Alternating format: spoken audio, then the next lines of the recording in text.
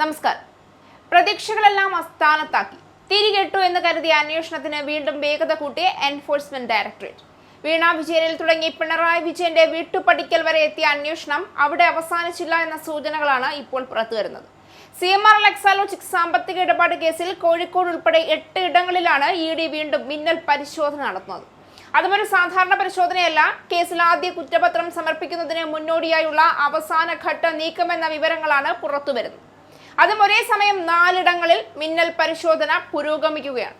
ഒരു ഇടവേളയ്ക്ക് ശേഷമാണ് ED ഈ കേസിൽ ഇത്തരമൊരു സുപ്രധാന നീക്കം നടത്തുന്നത്. അന്വേഷണത്തിന്റെ 2ാം ഘട്ടം എന്നോണമാണ് ഈ റെയ്ഡുകൾ നടക്കുന്നത് എന്നതാണ് വിവരം. TDPC ഡെസ്റ്റിനേഷൻ മാനേജർ കോഴിക്കോട് കുണ്ടപ്പറമ്പ് സ്വദേശി നന്ദുലാൽ, DYFI നേതാവ് നിഖിൽ എന്നിവരുടെ വീട്ടിൽ ED റെയ്ഡ് നടക്കുകയാണ്. മുൻ മന്ത്രി PA മുഹമ്മദ് റിയാസിന്റെ സുഹൃത്തുക്കളാണ് ഇരുവരും.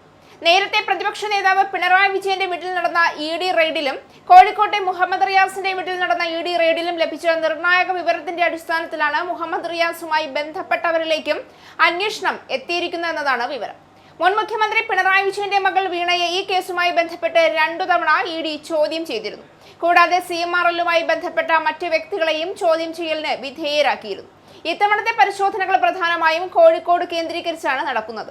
പരിശോധനകൾ ഇപ്പോഴും പുരോഗമിച്ചുകൊണ്ടിരിക്കുകയാണ്. വരും മണിക്കൂറുകളിൽ ഇതുമായി ബന്ധപ്പെട്ട കൂടുതൽ വിവരങ്ങൾ പുറത്തുവരും. ഇനി ചോദ്യം ഇതാണ്: വീണ വിജയന്റെ വീട്ടിൽ നിന്ന് പിടിച്ചെടുത്ത രേഖകളിൽ ഇത്രയേറെ ED കണ്ടെത്തിയത് എന്താണ്?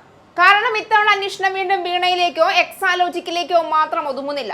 അന്വേഷണത്തിന്റെ പരിധിയിലുള്ള ബന്ധങ്ങളും സാമ്പത്തിക ഇടപാടുകളും രേഖകളും കേന്ദ്രീകരിച്ചാണ് പുതിയ പരിശോധനകൾ നടക്കുന്നത്. വീണയുടെ പേരിലുള്ള മറ്റൊരു സ്ഥാപനമായ ലിക്കർ ഇന്ത്യ കോർപ്പറേഷനെ കുറിച്ചും EDക്ക് വിവരങ്ങൾ ലഭിച്ചിട്ടുണ്ടെന്നതാണ് റിപ്പോർട്ടുകൾ.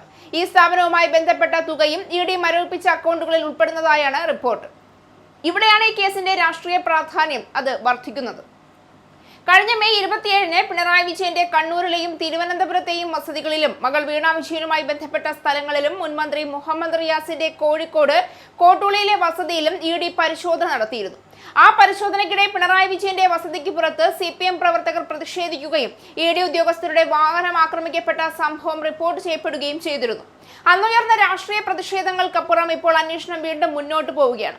അതായത് റെയ്ഡ് നടത്തി രാഷ്ട്രീയ പ്രതിഷേധമുണ്ടായി, പിന്നീട് കേസ് അവസാനിച്ചുവെന്നല്ല, മറിച്ച് രേഖകൾ ശേഖരിക്കുന്നു, മൊഴികൾ പരിശോധിക്കുന്നു, സാമ്പത്തിക ഇടപാടുകളുടെ കണ്ണികൾ കൂട്ടിച്ചേർക്കുന്നു. അതിനൊടുവിലാണ് പുതിയ പരിശോധനകൾ ഇപ്പോൾ നടന്നുകൊണ്ടിരിക്കുന്നത്. CMR എക്സാലോജിക് ഇടപാടിൽ ഏകദേശം 2.78 കോടി രൂപയുടെ പണമിടപാട് സേവനം ലഭിക്കാതെയാണ് നടന്നതെന്നതാണ് EDയുടെ പ്രധാന ആരോപണങ്ങളിൽ ഒന്ന്. എന്നാൽ കേസിലെ ആരോപണങ്ങൾ കോടതിയിൽ അന്തിമമായി തെളിയിക്കപ്പെട്ടിട്ടില്ല എന്നതും ഓർക്കണം. ഇപ്പോൾ കേരള രാഷ്ട്രീയത്തിൽ ഉയർന്ന ഏറ്റവും വലിയ ചോദ്യം അതാണ്. EDയുടെ ഈ പുതിയ നീക്കം ആരിലേക്കാണ് ഇനി എത്തിപ്പെടുക? വീണ വിജയനിൽ അന്വേഷണം നിൽക്കുമോ, അല്ലെങ്കിൽ സാമ്പത്തിക ഇടപാടുകളുടെ കൂടുതൽ കണ്ണികൾ പുറത്തു വരുമോ? മുഹമ്മദ് റിയാസുമായി ബന്ധപ്പെട്ട വ്യക്തികളിലേക്കും ഇടങ്ങളിലേക്കും അന്വേഷണം നീളുന്നത് എന്തിന്റെ സൂചനയാണ്? ഉത്തരങ്ങൾ അന്വേഷണ രേഖകളിൽ നിന്നാണ് പുറത്തു വരേണ്ടത്. പക്ഷേ ഒരു കാര്യം വ്യക്തമാണ്: CMR എക്സാലോജിക് കേസ് വീണ്ടും വാർത്തകളിൽ വന്നതല്ല, അന്വേഷണം തന്നെയാണ് വീണ്ടും വലിയ വാർത്തകളായി ഇപ്പോൾ മാറിക്കൊണ്ടിരിക്കുന്നത്. ഇനി രാഷ്ട്രീയ ആരോപണങ്ങൾ മാത്രം പോരാ, രേഖകൾ എന്ത് പറയുന്നു, പണമിടപാടുകൾ എന്ത് തെളിയിക്കുന്നു, ആർക്കൊക്കെ എന്ത് ബന്ധമുണ്ടായിരുന്നു, ആ ഇടപാടുകൾക്ക് യഥാർത്ഥത്തിൽ സേവനമുണ്ടായിരുന്നോ? ഇതിനുള്ള ഉത്തരങ്ങളാണ് അന്വേഷണത്തിന്റെ അന്തിമ ദിശ നിശ്ചയിക്കുക.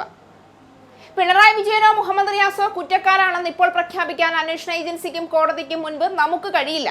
അതുപോലെ തന്നെ രാഷ്ട്രീയ പ്രതിഷേധം ഉയർന്നുവെന്ന പേരിൽ അന്വേഷണത്തെ അവസാനിപ്പിക്കാനും കഴിയില്ല.